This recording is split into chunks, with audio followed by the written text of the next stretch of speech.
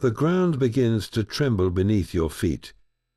It is a day like any other in the prosperous Roman city of Pompeii, until it is not.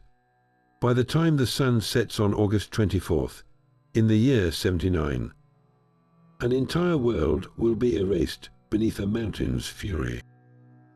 We are going to reconstruct the city's final, mysterious hours, revealing the critical decisions and haunting moments that sealed its fate.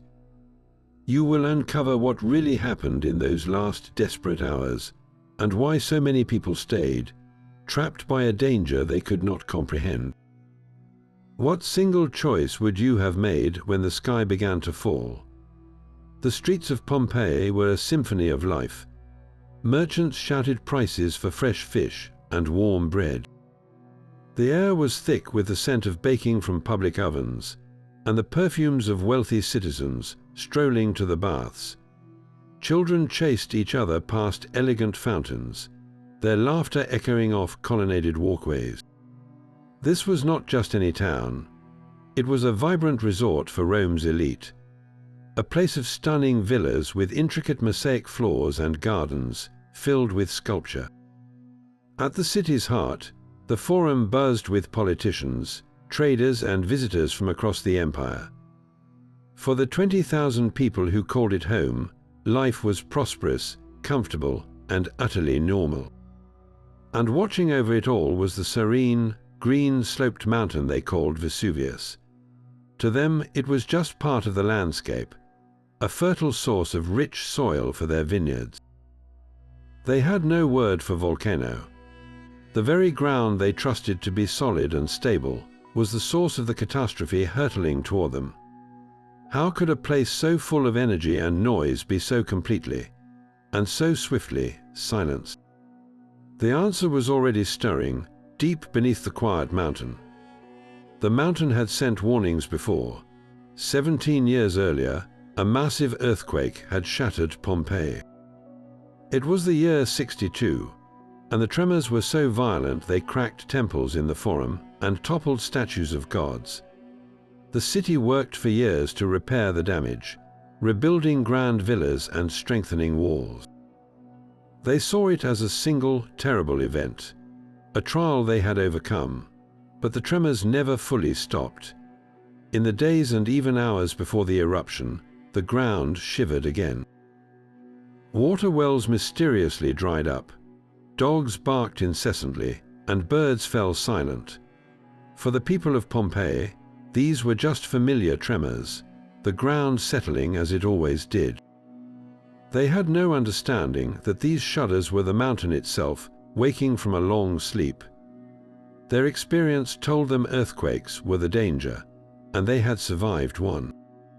They could not conceive that the real threat was not the ground shaking, but what the shaking would soon release from the earth. How do you run from a danger you do not even have a name for? The first sign was a sound like a thunderclap from the bowels of the earth. At around 1 in the afternoon, the summit of Mount Vesuvius tore itself apart. A colossal column of superheated gas, pumice and ash exploded upwards, punching through the atmosphere at impossible speeds. This was not a simple blast of smoke. It was a Plinian eruption, named for the historian Pliny the Elder, who would later die witnessing its fury. The column rocketed over 20 miles high, a roiling, expanding pillar that flattened at the top into the shape of a stone pine tree.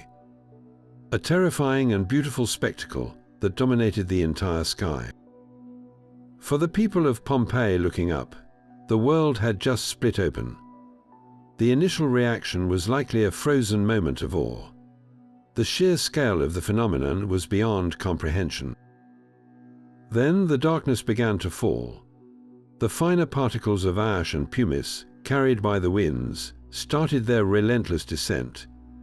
It was not yet a torrent of fire, but a gentle, sinister snow of grey and black. Tiny, porous stones, the size of pebbles, began to patter on the tiled roofs and the paved streets, a sound that would grow from a whisper to a deafening roar. The sun was blotted out, plunging the vibrant city into an unnerving, premature twilight. How do you process a mountain turning into a gateway to hell?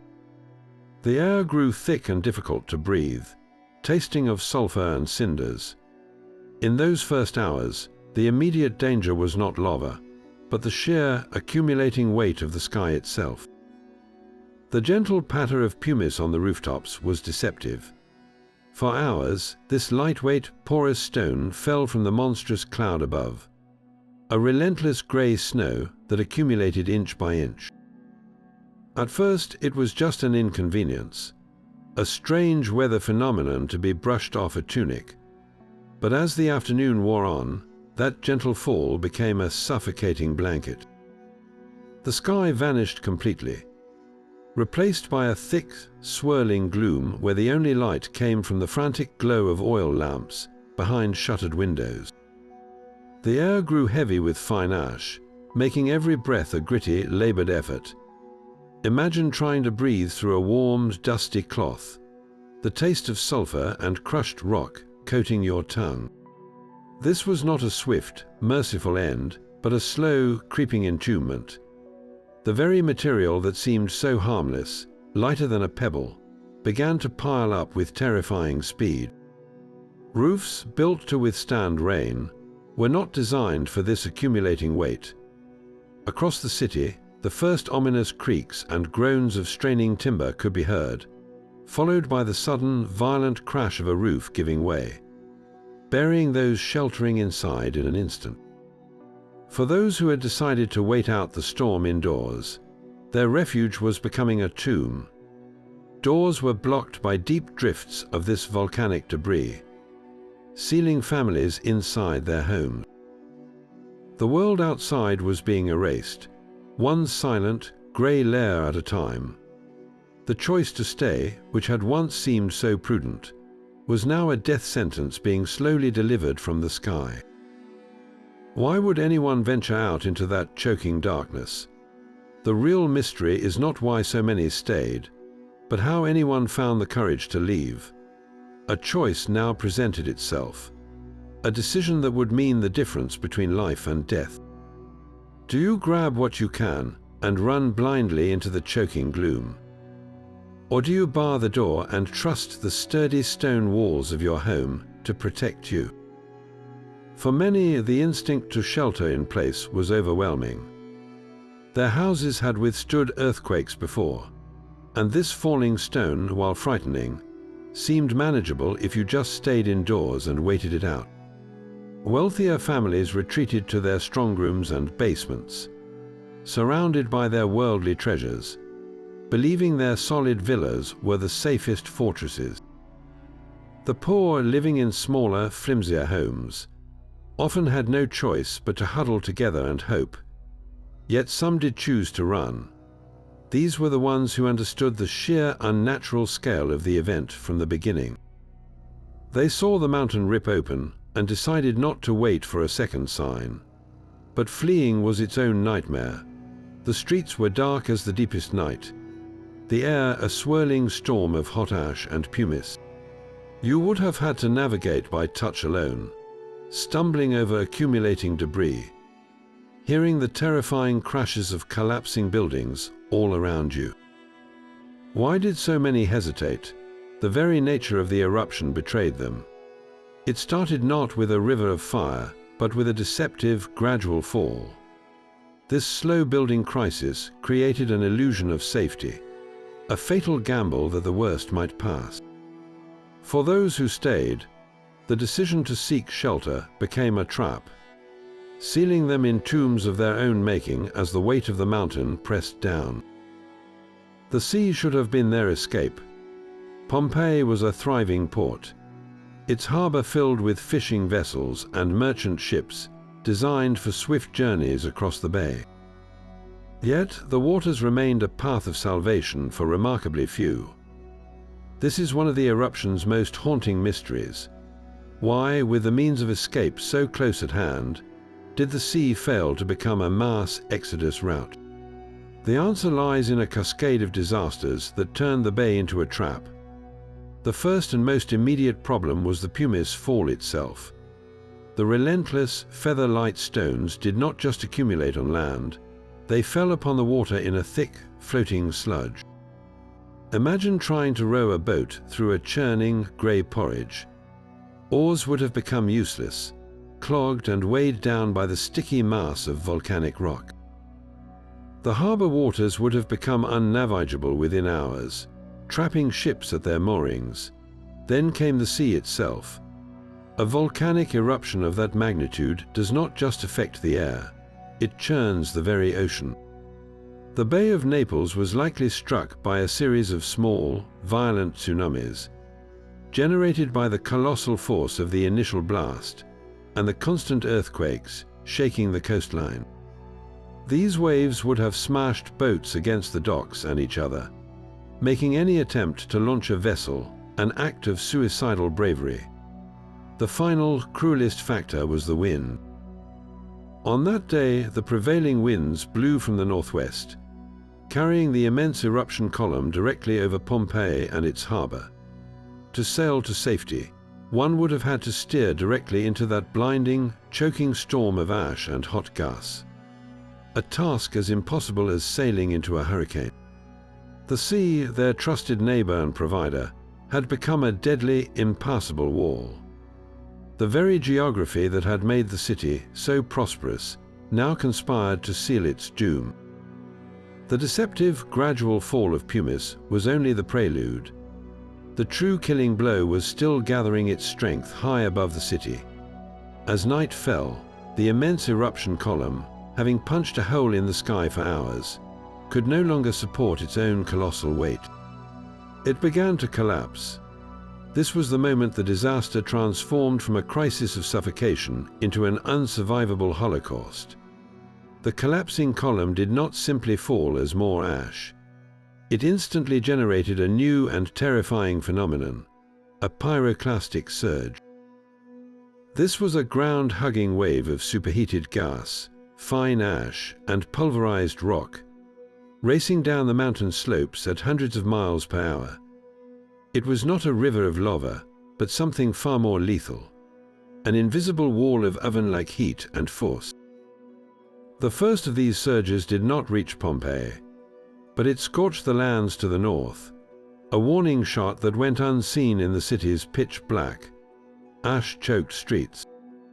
Then, just past midnight, a second, more powerful surge was unleashed. This one had Pompeii in its sights. It moved faster than any human could run, a silent, scorching torrent that hugged the ground, incinerating everything in its path in a single, searing breath. For those still alive in the city, there was no time to react, no moment of realization. The air itself became fire. What would that final, fleeting instant of consciousness have been? The first wave of incandescent death arrived not with a roar, but with a silent, searing breath. In the early hours of August 25th, a pyroclastic surge, the vanguard of the collapsing eruption column, finally reached the city's northern edges. This was not a river of lava, but an avalanche of superheated gas and fine volcanic glass, racing across the land at impossible speeds. Its temperature was an unimaginable 600 degrees Fahrenheit, far beyond the boiling point of water. For the people still trapped in Pompeii, the end was not a slow suffocation, but an instantaneous, brutal termination. The surge did not burn them in the conventional sense. It did not allow for flames. Instead, the wave of blistering heat caused an immediate thermal shock to their bodies. Every exposed surface was flash-cooked. More critically, the air itself was stolen from their lungs in a single, violent gasp. The searing gases scorched their respiratory tracts in an instant, causing instant asphyxiation. Their muscles contracted so violently in the heat that their bodies were frozen in their final postures.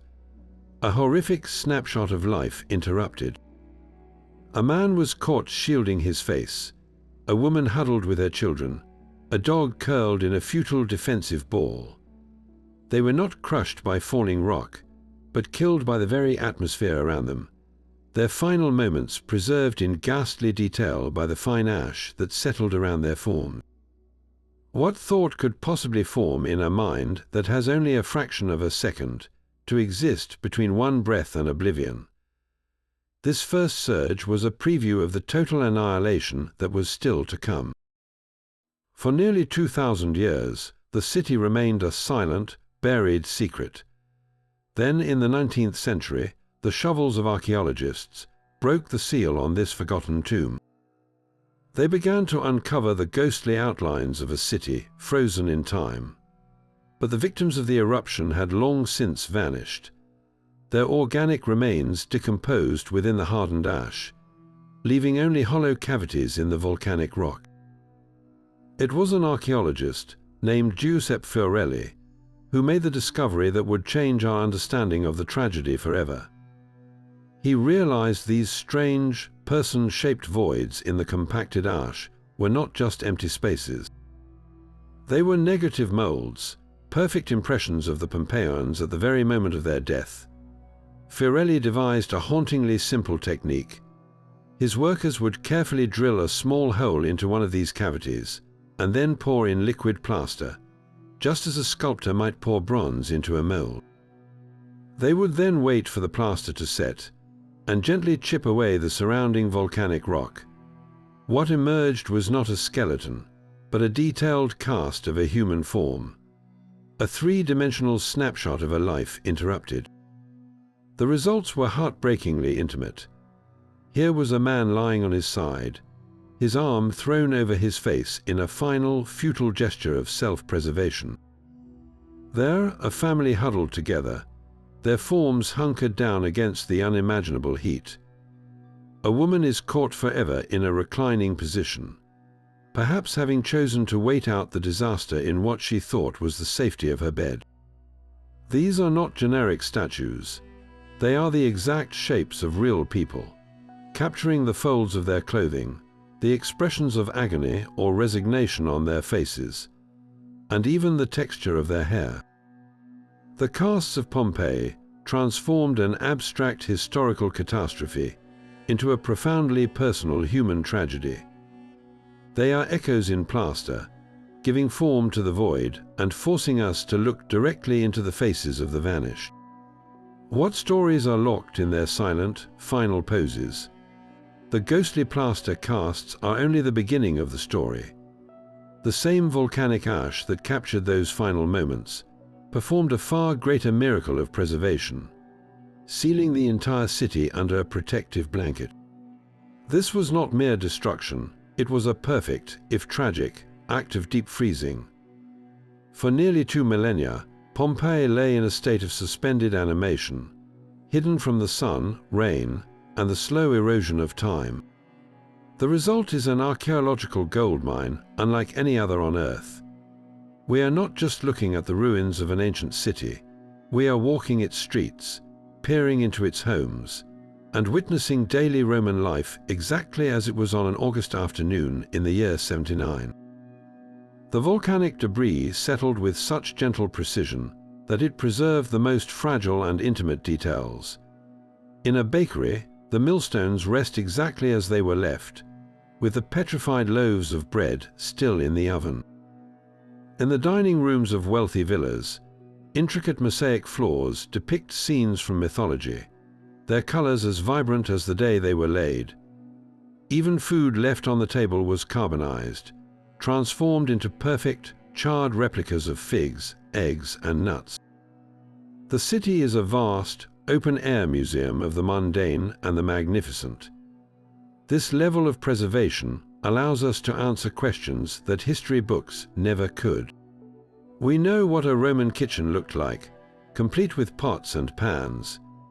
We can read the graffiti scrawled on public walls, from political campaign messages to personal love notes and casual insults, the voices of ordinary people echoing across the centuries. This is not a city of monuments and emperors. It is a city of people, frozen at their work, in their homes, and in their final, desperate moments. Every object, from a gold bracelet to a child's toy, tells a chapter in the story of a life interrupted. What would it be like to open a door and step directly into the world of 2,000 years ago? While Pompeii was buried in a crushing fall of pumice and ash, its neighbor Herculaneum met a different, even more extreme, fate. Situated closer to the base of Vesuvius, this wealthier, smaller town was not subjected to the long hours of falling rock. Instead, it was struck directly and suddenly by the pyroclastic surges. Waves of gas and heat, so intense they instantly carbonized everything in their path. Where Pompeii was buried, Herculaneum was flash fried. This hellish process, while utterly devastating, performed a strange and miraculous act of preservation. The superheated gases did not just destroy organic material, they transformed it. Wooden objects like beds, doors, and shelves were turned into charcoal, retaining their exact shape. And most astonishingly, an entire library of precious papyrus scrolls, housed in a magnificent seafront villa, was carbonized into solid, blackened blocks. This was the Villa of the Papyri, a luxury home thought to belong to a Roman statesman.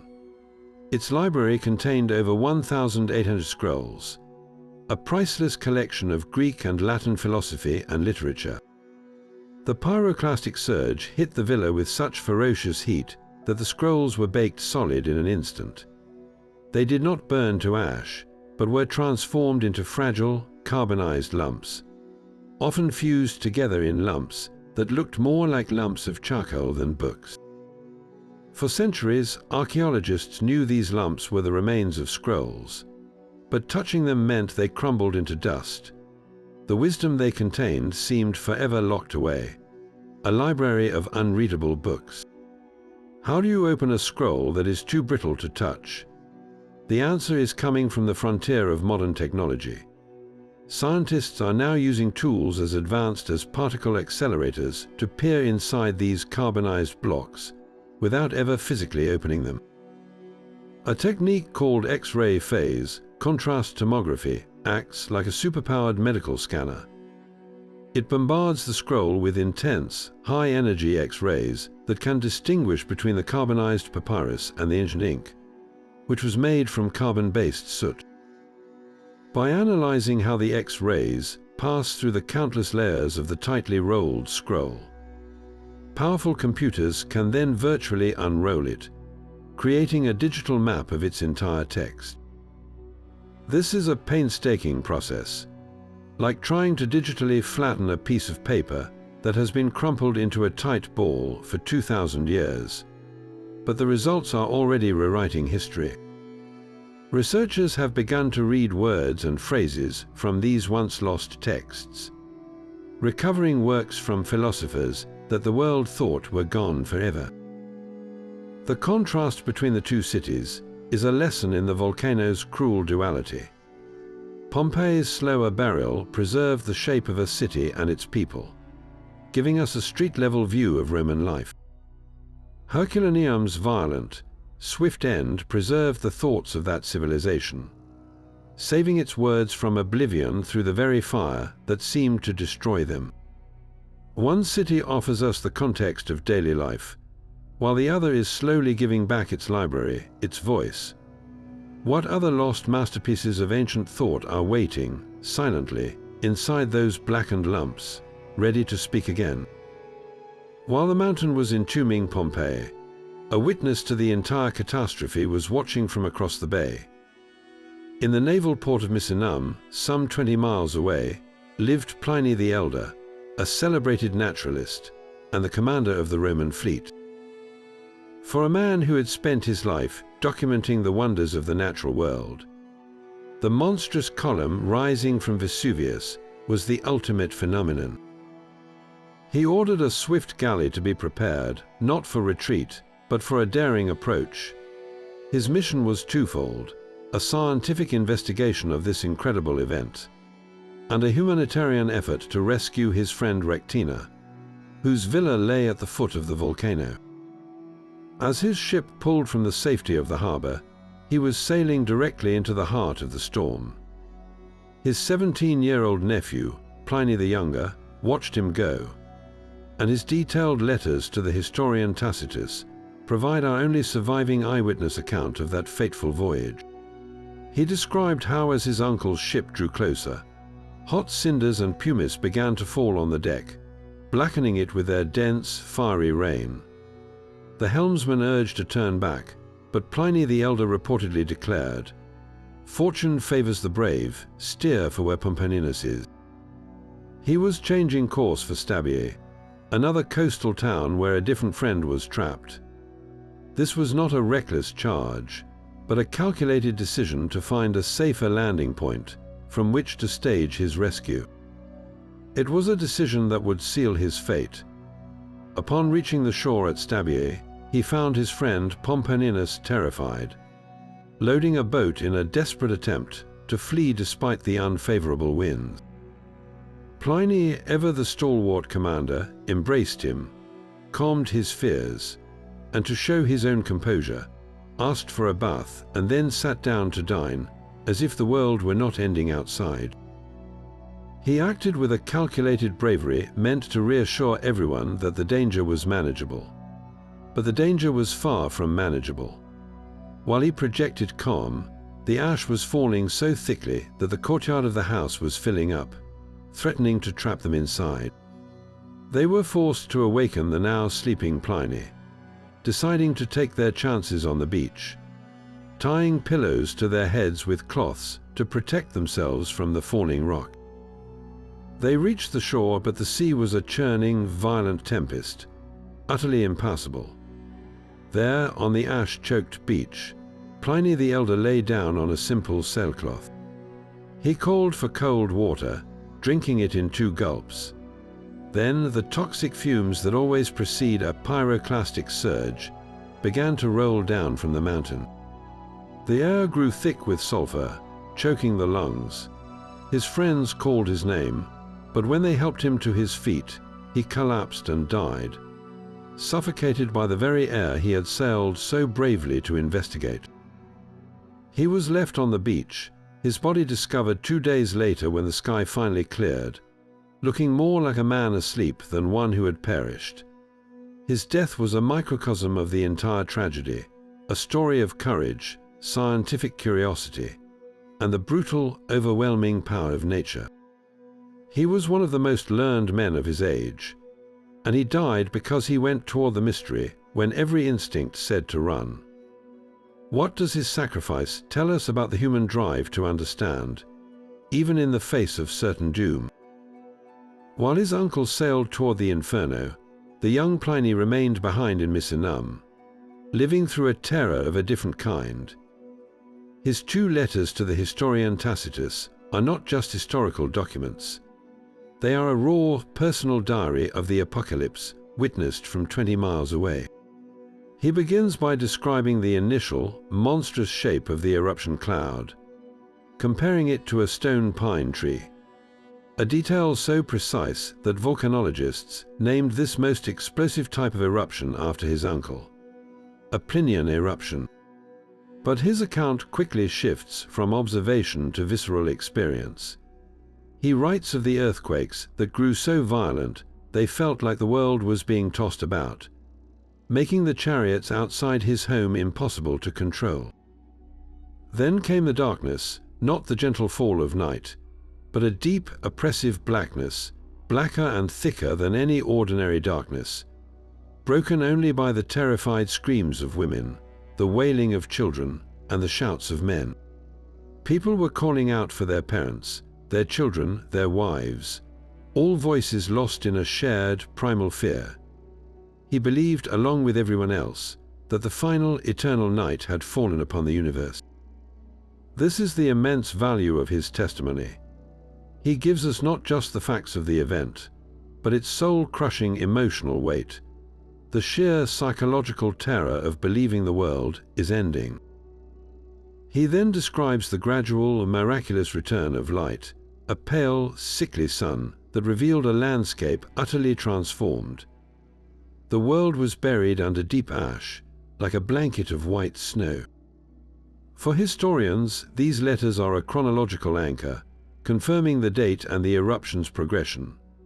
For scientists, they are a foundational text, describing the phenomena of pyroclastic flows and ash fall with a clarity no instrument could capture. Pliny the Younger gave a voice to the tens of thousands who could not, framing their final hours with words that shudder with life 2,000 years later. How does a single witness, armed only with a pen, manage to capture the death of a world? The mountain had been whispering its intentions for days. Modern analysis of the volcanic deposits tells a chilling story that the Romans could not have understood. Core samples taken from the ground around Vesuvius reveal a timeline of terror written in layers of ash and rock.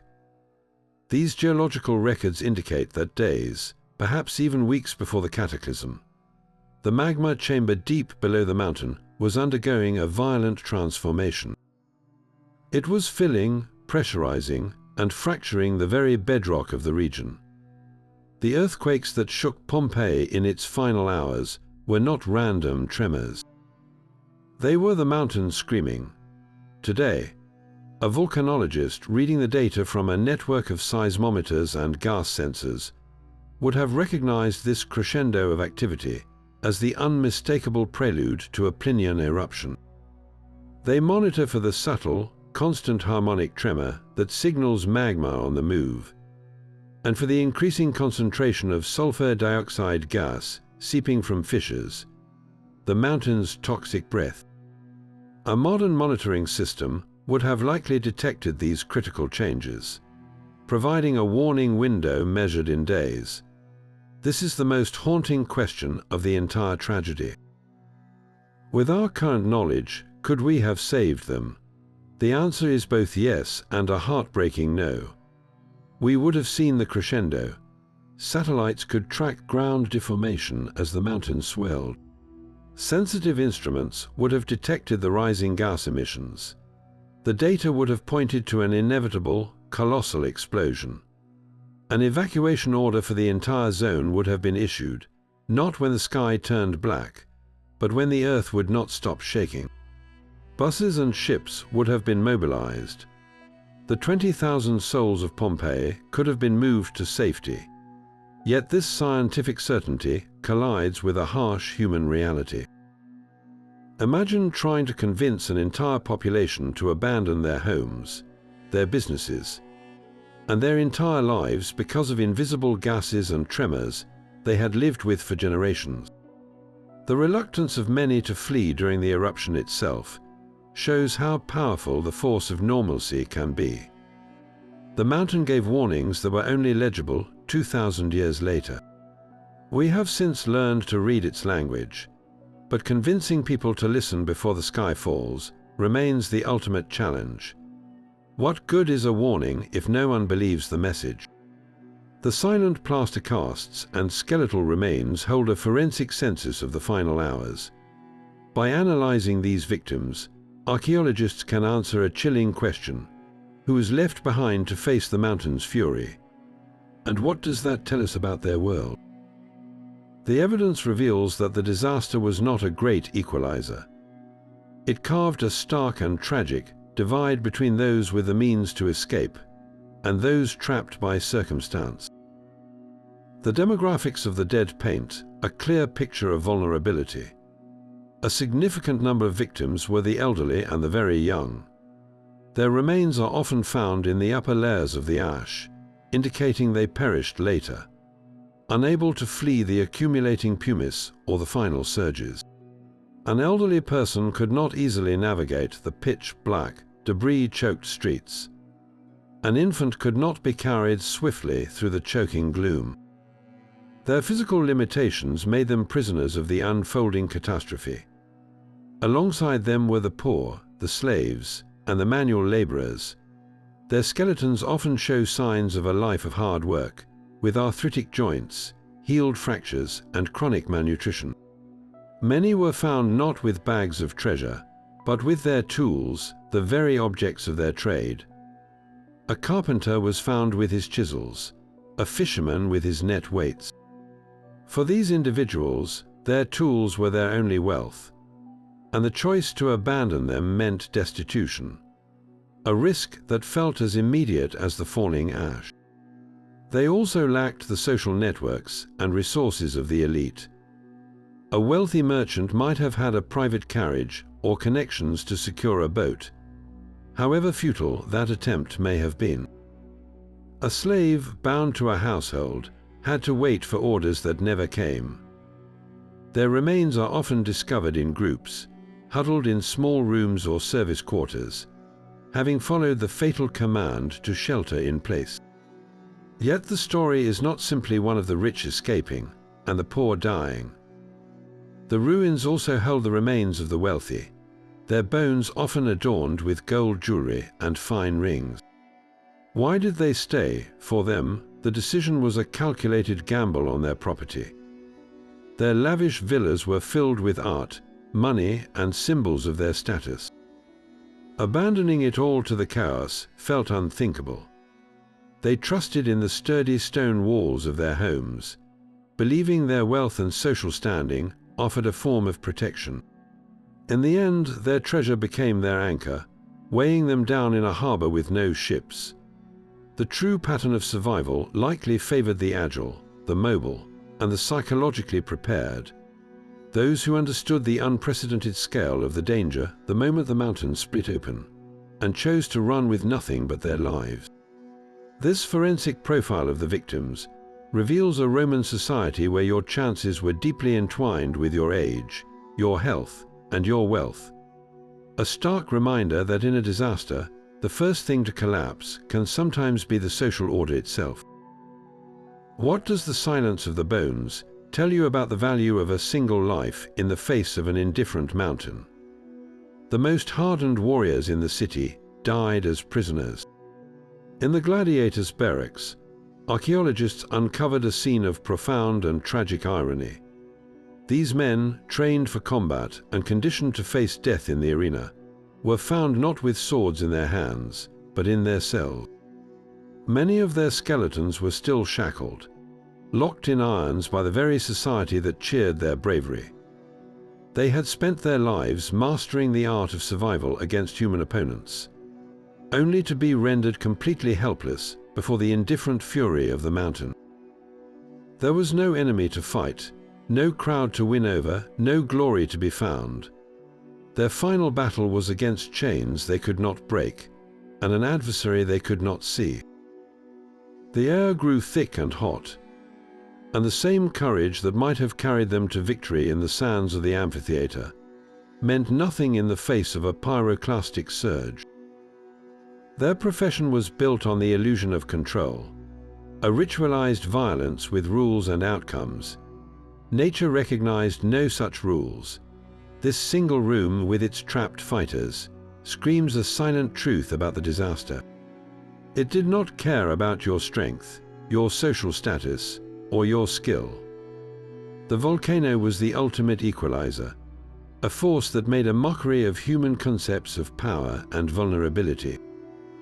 What does it mean when the city's designated survivors are among the first to perish? The treasure they clutched in their final moments tells a silent story of denial. Archaeologists have made a curious and poignant discovery. Many victims of the final surges were found with their personal wealth still on them. A woman's skeleton was adorned with a stunning emerald necklace and gold bracelets. A man's bones were discovered with a heavy purse of gold coins still gripped in his hand.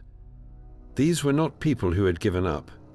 They were individuals who, even as the world collapsed around them, held on to what was most precious, believing they would live to need it again. This suggests a critical misunderstanding of the threat. The hours of falling pumice were terrifying, but they were survivable if you stayed indoors. The real danger, the pyroclastic surges, were an invisible, fast-moving phenomenon that arrived with no warning and killed in an instant. There was no time to grab a bag or hide a treasure. The mountain's final act was so swift it fossilized their last, hopeful instinct to preserve their place in the world. Yet, this story of cherished valuables has a dark counterpart. In the days and weeks following the eruption, before the ash had fully cooled, the buried cities were not entirely silent. Evidence from some ruined homes points to a different human impulse: opportunism. Tunnels were dug down from the surface, burrowed through the soft ash by those who knew exactly where to look. Walls were broken through with deliberate force. And in these specific locations, the skeletons are found without any jewelry or coins. The valuables are gone, systematically stripped from the bodies and the strongboxes. This was not the work of random treasure hunters centuries later. The tunnelers targeted specific wealthy villas and knew the layout of the rooms, suggesting they were either survivors returning to loot their neighbors, or perhaps organized gangs from nearby towns who capitalized on the tragedy. This adds a deeply unsettling layer to the catastrophe. Even as the mountain smoldered, human nature reasserted itself in the most brutal way. While some died clinging to their wealth, others risked the unstable, still dangerous ruins to steal it. One group could not conceive of a world where their treasure was worthless, while the other saw only its value, moving through a graveyard as if it were a bank vault. What does this stark contrast say about the thin line between survival and savagery in the face of total societal collapse? 13 hollow spaces in the volcanic rock were all that remained of a final, desperate gathering. In a modest garden plot on the city's outskirts, archaeologists uncovered the poignant scene now known as the Garden of the Fugitives. Here, a group of 13 individuals, from adults to small children, had huddled together as the first pyroclastic surge swept over them. The plaster casts made from these voids are not just statues. They are a family portrait from the end of the world. You see a man, perhaps a father, lying on his side as if trying to shield the smaller forms next to him. A woman is crouched nearby, her body angled over 2 very young children. Another adult clutches an infant to their chest. Their postures are not those of people who are simply waiting. They are frozen in motion, caught in the act of a last, frantic flight toward what they must have hoped was safety. This was not a wealthy family hiding in a villa. They were ordinary people who had made a run for it, navigating the blinding ash to reach this open space. They likely believed the garden, away from collapsing roofs and with cleaner air, offered their best chance. They were tragically wrong.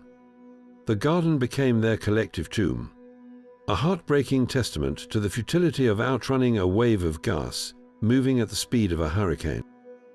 Why did they choose this spot? And what were their final words to one another as the heat closed in? This single garden condenses the entire tragedy of Pompeii into one intimate, unbearable frame. It forces us to move beyond the statistics of 20,000 dead, and to instead see a specific group, with specific fears and a specific, shattered hope. We are not looking at victims, we are looking at a family. The value of their story lies in its crushing normality, a reminder that history's grandest disasters are ultimately composed of countless, quiet, personal endings. What would you have done, seeing your children choke on the ash, with nowhere left to run? The destructive power of that August day was born from a perfect, and perfectly terrifying, geological recipe. Think of the magma chamber beneath Vesuvius not as a simple pool of liquid rock, but as a pressurized cooking pot with a sealed lid. For centuries, the mountain had been simmering, its molten rock slowly cooling and crystallizing, a process which released immense amounts of water vapor and carbon dioxide. These gases became trapped, dissolving into the magma under incredible pressure, creating a volatile mixture far more explosive than ordinary lava. This particular magma was thick and sticky, a type known as phonolite, which acts like a cork in a champagne bottle. It held the gases prisoner, allowing pressure to build to a breaking point. When the structural integrity of the mountain's rock finally failed, the cork was blasted out. The result was a Plinian eruption. The sudden, catastrophic release of pressure sent a supersonic jet of gas, pumice, and ash rocketing skyward, creating the iconic pine tree-shaped column that Pliny described. The pumice itself is a testament to this violent degassing. It is nothing more than magma that was so frothy with expanding gas bubbles that it solidified into a lightweight, porous stone in mid-air. But the column's collapse was the true engine of doom. As the erupted material reached the upper atmosphere, it cooled and lost its upward momentum. Gravity took over, and the entire column began to fall back to Earth. This is when the eruption generated its deadliest weapon, the pyroclastic density currents.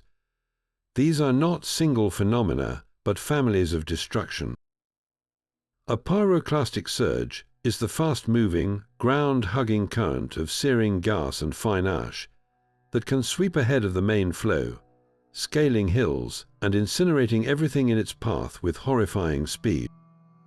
Following it often is the pyroclastic flow itself, a denser, heavier avalanche of rock fragments and hot gas that races down valleys, burying the landscape under hundreds of feet of scorching material. Their speed is what made them inescapable. They do not flow like water or lava. They travel as a fluidized mass, a wave of superheated ground-hugging hurricane that can move at over 100 miles per hour. Their temperature, ranging from 400 to over 1,000 degrees Fahrenheit, is not merely hot, it is instantly lethal. The human body, caught in such a current, does not have time to burn. It is vaporized in a thermal shock. This was the fundamental misunderstanding for the people of Pompeii and Herculaneum. They were prepared for earthquakes and perhaps falling rock, but they had no concept of an invisible, supersonic wave of heat that could travel miles from the summit in mere minutes. The mountain did not just erupt, it essentially turned the atmosphere around it into a weapon. How do you possibly prepare for an enemy that moves faster than sound and turns the very air you breathe into fire? For nearly 1,700 years, the memory of Pompeii faded into myth. The deep layers of volcanic rock hardened into an unmarked tomb, and the fertile land above was slowly reclaimed. New villages sprouted, their farmers tilling the soil, completely unaware of the silent city, buried beneath their feet. They called the area La Civita, the city, a name whose true meaning had been lost to time. The only clues were occasional fragments of ancient wall and pieces of colored marble that would surface after a heavy rain, curiosities with no story attached. The world had truly and utterly forgotten. This deep slumber was shattered not by an archaeologist, but by a military engineer with a different mission entirely. In the spring of 1748, the Spanish engineer Roque Joaquin d'Alcubierre was in the region working on the construction of a palace for the King of Naples. He had heard the local legends of a buried city, and more pressingly, rumors of valuable artifacts and marbles that could be plundered for the king's new home. His interest was not historical, it was purely practical and acquisitive. He secured funding and began digging, not with the careful brushes of modern science, but with the brute force of treasure hunting. His crews sank deep shafts and dug tunnels straight through the volcanic rock, following any promising wall or glittering object. They were not excavating a city, they were mining it. They pulled stunning statues, intricate mosaics, and glittering jewelry from the darkness, treating these intimate pieces of a lost life as mere decorations for a royal palace. It was a destructive process that obliterated countless fragile contexts, but it achieved one monumental thing. It proved, beyond any doubt, that an entire Roman city was preserved down there. The name Pompeii, identified from inscriptions, slowly re-emerged from the historical shadows. Alcubierre's crude tunnels were the key that turned the lock, opening the door not just to treasure, but to a forgotten world. His methods were reckless, But his accidental discovery set in motion a chain of inquiry that would forever change our relationship with the past. How does a city simply vanish, only to be found again when a king wants new furniture for his palace? This chaotic, destructive beginning was the messy, complicated birth of modern archaeology itself. The mountain that erased a city is not extinct, only sleeping. Today, more than 3 million people live within its shadow. Their homes and shops, built directly atop the forgotten ruins of ancient towns. This modern landscape is what volcanologists call the red zone, a high-risk area demarcated for emergency evacuation in the event of another major eruption. The city of Naples sprawls up the mountain's western flanks, a dense, vibrant metropolis of narrow streets and bustling plazas. Smaller towns cling to the very summit, their vineyards and neighborhoods tracing the outline of the old crater. The population density here is one of the highest in any volcanic region on Earth, a fact that places Vesuvius at the top of the list of the world's most dangerous volcanoes. It is not a question of if it will erupt again, but when. The geological record is clear. Vesuvius has a pattern of violent, explosive eruptions every few thousand years. Its quiet period since the last eruption in 1944 is not a sign of peace, but a long, ominous pause. The same forces that built the magma chamber in the year 79 are still at work, deep below the surface. How do you manage a ticking time bomb that 3 million people call home? The answer lies in a network of silent, electronic sentinels. Scientists have wired the entire mountain like a patient in intensive care. Seismometers buried in the rock listen for the slightest tremor, the telltale grind of magma forcing its way upward. GPS stations and satellite radar constantly measure the mountain's swelling, detecting inflation as small as a few millimeters. Gas sensors sniff the air at fumaroles, the mountain's vents, for any increase in sulfur dioxide or carbon dioxide, the same toxic breath that suffocated Pliny the Elder. This system is designed to provide a warning, not when the eruption starts, but weeks or even months in advance. The goal is to see the mountain stirring in its sleep, and to have everyone safely gone before it ever wakes up. But moving 3 million people is a logistical nightmare beyond any in human history. The official Italian emergency plan, dubbed Operation Vesuvius, is a staggering feat of foresight and complexity. It envisions a 72-hour window to evacuate the entire red zone. Every family is assigned a specific escape route and a destination region elsewhere in Italy. A plan designed to prevent chaotic gridlock on the highways. The government has even conducted drills and offers financial incentives for families to relocate permanently away from the highest risk areas. Yet the plan hinges on a single, fragile assumption: that the warning will come with enough time and that everyone will listen. This is the modern dilemma of Vesuvius. The science of prediction has advanced immeasurably, but the human element remains the greatest variable. Would you willingly abandon your home, your job, and your community because of a scientific forecast, especially when the mountain has been quiet for generations? The very normalcy of life on its slopes is its own kind of trap, an echo of the complacency that doomed ancient Pompeii.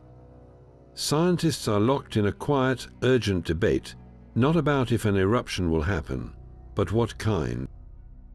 Will it be a small, effusive event with slow-moving lava flows, manageable and contained? Or will it be a repeat of the Plinian cataclysm that buried Pompeii? An event that would necessitate the total and permanent abandonment of the entire region. The data cannot yet tell us which path the mountain will take. This uncertainty fuels a profound ethical question for the authorities. Do you trigger a mass evacuation for a smaller eruption, causing immense economic and social disruption? Or do you wait for clearer signs and risk being too late for a major one? The ghost of Pompeii looms over every calculation, a reminder that when dealing with Vesuvius, the cost of a mistake is measured in millions of lives. The mountain is a monument to the past and a persistent question for the future, a sleeping giant in a world that has never been more full or more vulnerable. The timeline of the disaster, carved in stone for centuries, is now being gently rewritten. For a long time, we believed the eruption occurred on August 24th. But a simple, silent clue has cast doubt on this ancient certainty. Archaeologists excavating the ruins have repeatedly found the carbonized remains of autumn fruits, like walnuts, pomegranates, and dried figs, in the homes of Pompeii.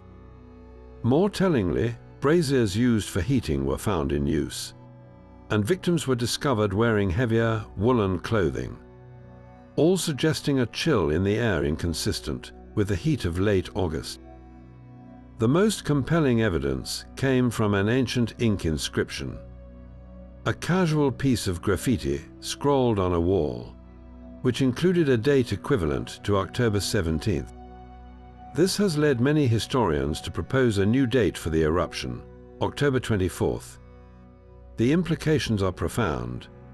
It means the city had 2 more months of life than we ever knew, 2 more months of harvests, of politics, of daily routines, all unfolding under a mountain we now know was secretly preparing its final, furious act. What small, ordinary moments filled those stolen autumn days? While the grand story of Pompeii is often told through its lavish villas, a recent discovery has given a powerful voice to its most silent residents. In a small, windowless room attached to a wealthy home, archaeologists uncovered a scene frozen in heartbreaking simplicity. This was the room of a slave. A single wooden bed stood intact against the wall, its frame carbonized by the heat, a rough blanket still folded upon it. A small wooden chest held the slave's few personal possessions, and a chamber pot sat in the corner. This room is not just an artifact, it is a biography. It tells us of a life spent in service, of a person who owned almost nothing but the space they slept in. The preservation of such a humble, organic object as a wooden bed is exceptionally rare, and it forces us to look past the marble statues and gold jewelry to confront the human foundation upon which Roman society was built. This slave likely perished alongside the family they served, their fate inextricably linked in a final, shared moment of destruction. Their room is a quiet, sobering monument to the invisible people who made the city's luxurious life possible. Even the final breaths of the Pompeians are now revealing their secrets. Advanced scientific analysis of the victims' skeletal remains is allowing us to peer into their lives with startling intimacy. By studying the isotopes in their bones and teeth, scientists can reconstruct their diets. We now know that many ate a healthy, varied diet rich in fish, grains, vegetables, and eggs, a testament to the city's prosperity. But the bones also tell stories of hardship. Many remains show signs of chronic conditions like arthritis and malnutrition, with some skulls revealing dental abscesses that would have caused constant, agonizing pain. Perhaps the most poignant discovery comes from the analysis of their final meals. The contents of their stomachs were preserved through a unique process of saponification, where the body fats turn into a waxy substance. In one man, researchers found the remains of a simple meal of grains, eggs, and snails. In another, the undigested fish and olives from a last lunch. These are not just lists of food. They are the echoes of final moments, of a meal interrupted, of a life cut short in the middle of an ordinary day. What were they thinking about as they ate that last bite, completely unaware it would be their final one? Each new discovery, from a revised calendar date to a slave's simple bed, deepens the mystery even as it illuminates the truth, proving that the story of Pompeii is far from finished. The ruins had barely cooled before the legend of Pompeii began to take hold in the human imagination. In 1834, the English novelist Edward Bulwer Lytton published The Last Days of Pompeii, a melodramatic tale that would define the city's story for the Victorian world and beyond. He had visited the ongoing excavations and was struck by the poignant drama of a city frozen in time. His novel was not a dry historical account, but a vibrant, romantic tapestry woven with star-crossed lovers, corrupt Roman politicians, and early Christians bravely facing martyrdom. He filled the silent streets with fictional heroes and villains, using the volcano as a grand, moralizing finale where vice was punished and virtue, however tragically, was honored. The book became an international sensation, not because it was accurate, but because it gave a familiar, emotional narrative to an almost incomprehensible tragedy. For the first time, the general public could walk through Pompeii not as archaeologists, but as fellow humans, sharing in the fictional lives of those about to perish. How does a real catastrophe become a stage for our own stories of love, faith, and revenge? This novel single-handedly transformed Pompeii from an archaeological dig into a powerful myth, a canvas upon which every generation could project its own fears and fascinations. Hollywood eagerly inherited this dramatic legacy, but replaced the novel's moralizing with pure spectacle. The silver screen was the perfect medium to capture the mountain's terrifying grandeur. Films from the 1950s through to modern blockbusters consistently amplify the same elements. Lava. Rivers of glowing, red lava flow through the streets in nearly every cinematic interpretation. A visually stunning but historically inaccurate detail. The eruption of '79 was primarily an explosive event of ash, pumice, and superheated gas, not a slow-moving lava flow. Yet lava is cinematic. It is a tangible, visible threat that an audience can watch creeping toward a hero. The reality of a silent, invisible pyroclastic surge is far more terrifying scientifically, but far less dramatic on screen. These movies also tend to compress the timeline of the disaster from a long, horrifying day into a frantic hour, focusing on a single heroic figure racing against the clock to save their family. This narrative compression turns a complex societal collapse into a personal, manageable story of survival. We are shown a gladiator fighting his way out of the arena, or a slave captain sailing into the harbor against all odds. Stories that satisfy our desire for agency and heroism in the face of overwhelming chaos. Why do we need to see a hero in a story where there were, ultimately, very few heroes?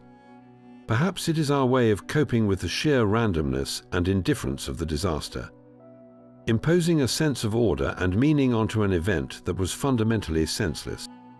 Our modern fascination has taken a more intimate turn with the rise of documentary filmmaking. Armed with high-definition cameras and cutting-edge CGI, we can now reconstruct the final hours with a level of detail Bulwer Lytton could never have dreamed of. These documentaries painstakingly recreate the bustling forum, the vibrant villas, and the terrifying mechanics of the eruption itself. They use forensic anthropology to tell the stories of individual victims: the man with the bad back, the pregnant woman, the wealthy merchant found with his gold. This approach does not seek to invent heroes, but to recover the ordinary, making the scale of 20,000 deaths feel personal and profoundly heartbreaking.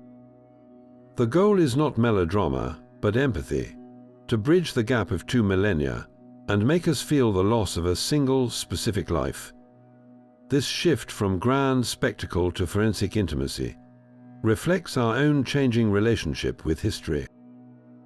We are less interested in moral lessons and more interested in authentic human experience, no matter how fragmented or tragic. We want to know what they ate for their last meal, what they did for a living, what they valued enough to carry with them as they fled. In giving names and faces to the victims, we are not just studying history. We are honoring a shared humanity, acknowledging that their world, full of mundane worries and simple joys, was not so different from our own. What does our relentless return to this story, in every medium, say about our own fears of civilization's fragility? The ghost of Pompeii continues to speak, reminding us that beneath the thin crust of our daily lives, the same forces of chaos wait, patient and absolute. A gentle fall of grey stone from a clear sky was the first and last warning. The final hours of Pompeii unfolded not as a single cataclysm, but as a slow, creeping and deceptive unraveling. The city spent an entire afternoon trapped under a crushing, darkening sky of pumice, a period that lured thousands into a fatal sense of security. They believed their sturdy homes were shields, not realizing they were sealing themselves inside their own tombs. Then came the true end, not with lava, but with a silent, scorching wind. The pyroclastic surges that rolled over the city around midnight were a force beyond their comprehension. A wave of heat that stole the air from their lungs and froze them in time. We know these moments not from history books alone, but from the heartbreaking intimacy of the plaster casts and the perfectly preserved ruins. They show us a man shielding his face, a family huddled in a garden, a loaf of bread left in an oven. These are not artifacts, they are echoes. They are the ghostly signatures of ordinary lives interrupted, reminding us that this was not just the death of a city, but the end of 20,000 individual worlds. Pompeii stands as archaeology's most poignant lesson, a stark monument to the breathtaking fragility of human civilization.